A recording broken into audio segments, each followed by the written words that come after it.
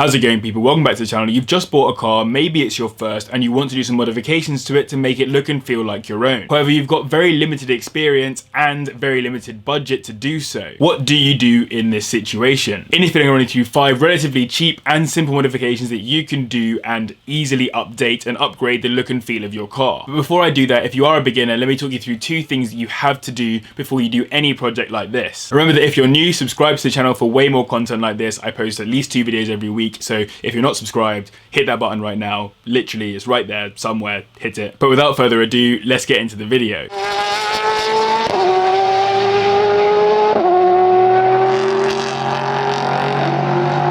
So let me tell you 2 things that you must do before starting modifications if you want to make your life easier and come up with a better end product. The first thing is you should try to fix the basic issues you may have with your car before spending your hard-earned money on mods. For example, with the Pointless Polo project, there were problems with the car that had to be addressed, including worn front bushes, dead brake pads, a broken radio, and sketchy blowers. Before I really got into this project, I took note of all of these things and one by one sorted them out, as it meant the car was working as it was supposed to and was an ideal canvas to begin modifying. No point having a car with some sick mods on it if you're burning up during summer due to lack of aircon. Once you've done that, the second thing you should do is have some sort of vision for how you want the car to look or be. That can be something insanely unattainable or something more possible, but either way, at least know what you want to achieve. Think about whether you want it to be clean or aggressive or OEM or classic or rat rod or fast or tuner or whatever else, or a mixture of all of that. It will help you decide which mod you actually want to buy and help curtail any silly purchases.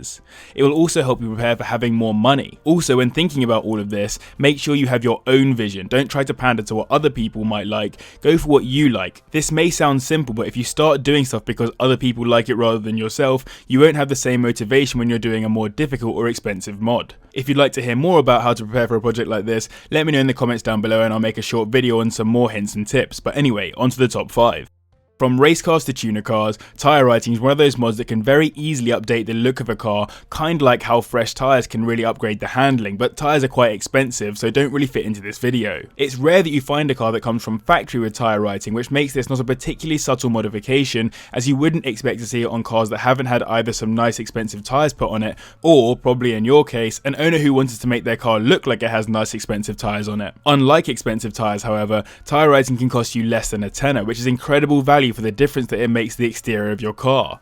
These Uniball permanent paint markers cost just £4 each, and you'll only really need 2 of them to get the required effect. The annoying thing about this mod is that you'll likely have to remove the wheels, which isn't that difficult, but is effort individually taking off one wheel at a time. If you keep the wheels on, it's harder to actually get the paint out of the pen as it needs to face vertically downwards, and when it does come out, it runs heavily and is really annoying to remove from the tyre. I'll be doing this mod on my Polo soon, so full tutorial pending. If you want to take this a step further, you can use multiple colours for this too.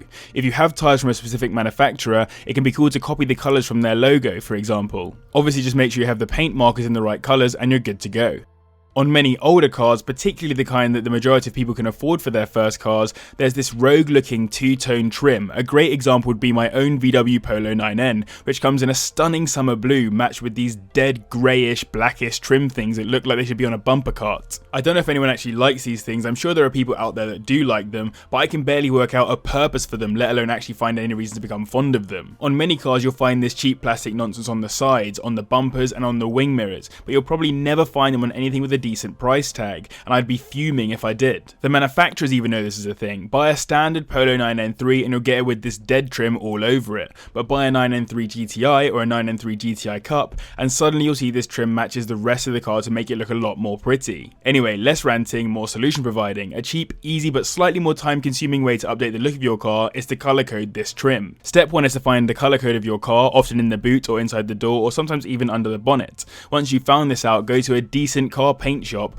or have a look online and get yourself a tin of paint in that color code, as well as some plastic primer, as this trim is usually plastic, some sandpaper and some clear lacquer. Then it's basically a case of removing the trim from the car, sanding it down, priming it, painting it, lacquering it and sticking it back on the car. All in, this cost me less than 20 quid to do to the wing mirrors on my car, and the same materials can be used for the rest of the trim, so I'd say the whole job could be done for under £30. That said, it does take around 24 to 48 hours to complete, and it is literally as interesting as watching paint dry, so if you want to learn more, check out the video in the iCard right now.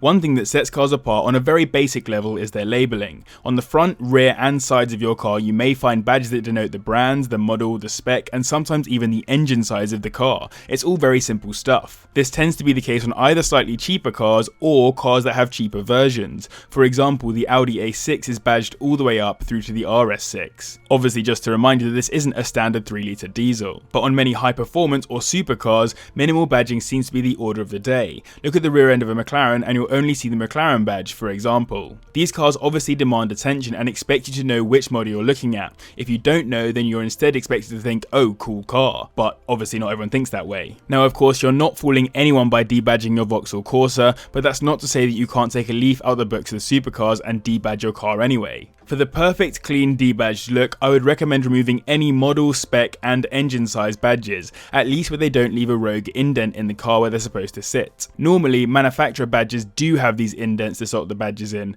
but where they don't, you can also remove these badges for a very clean look. Alternatively, or as well as this, you can also paint your badges to match whatever colour scheme you're going for.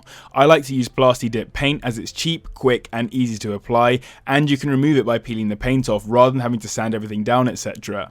It literally costs under £15 for a tin and you'll easily get enough to do your badges multiple times over. The best strategy for doing this is removing the badges, Plasti Dipping them on a flat surface, then putting them back on the car once they dry. All in, this shouldn't take any longer than around 30 to 45 minutes. My theme with the Polo has been blue and black so far, so I Plasti Dip my badges black rather than the usual chrome. However, you could also colour code them to match the car, as this also looks quite good, particularly on the rear. It's up to you what you do, just make sure it goes with your vision. By the way, I keep talking about my Polo and MX-5, so if you want to see more of these builds, go follow me on Instagram at CarsWithJB and subscribe on YouTube to see their progress. I'm looking at the 87% of you that aren't subscribed.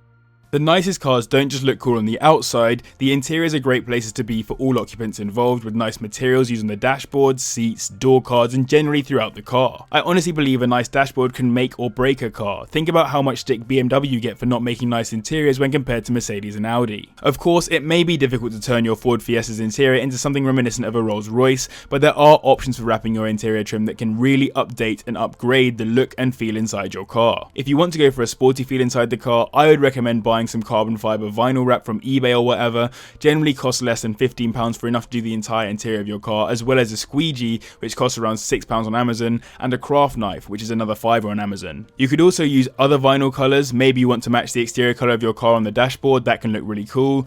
The only vinyls I'd advise against would be the ones like the marble or wood, as it's quite hard to get ones that look legitimate even if you spend a shed load of money on the vinyl. You can use the vinyl to cover many of the plastic bits you'll find on a car's interior. I'd recommend working out what you plan to cover before you go ahead with the job, so that you have some kind of idea of what you want the interior to look like before you send it. Less is often more with this as well, so I'd suggest going for the steering wheel, radio, AC cluster and maybe the center console before you start doing larger parts of the interior. It's definitely the most difficult job to do on this list and takes a fair amount of time, but ultimately it is just cutting and sticking a sticker with extra steps. If you want to see and learn the full process, check out the video in the iCard.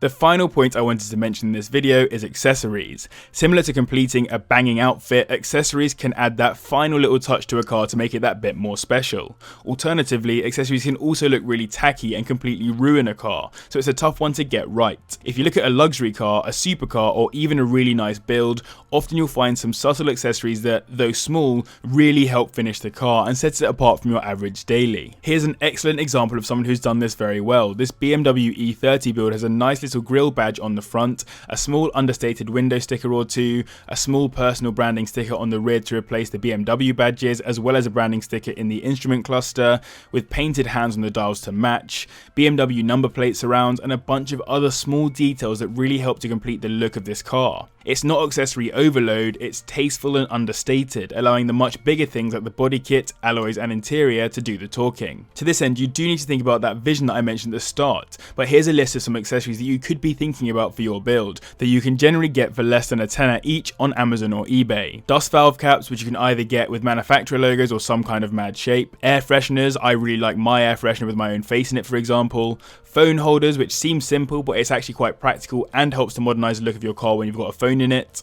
Gear knob, of which you can get some really tacky or over the top ones and also some very classy ones. I don't know which one my MX-5's gear stick sits into, but either way. Grill badges, particularly good if you join a car club or whatever.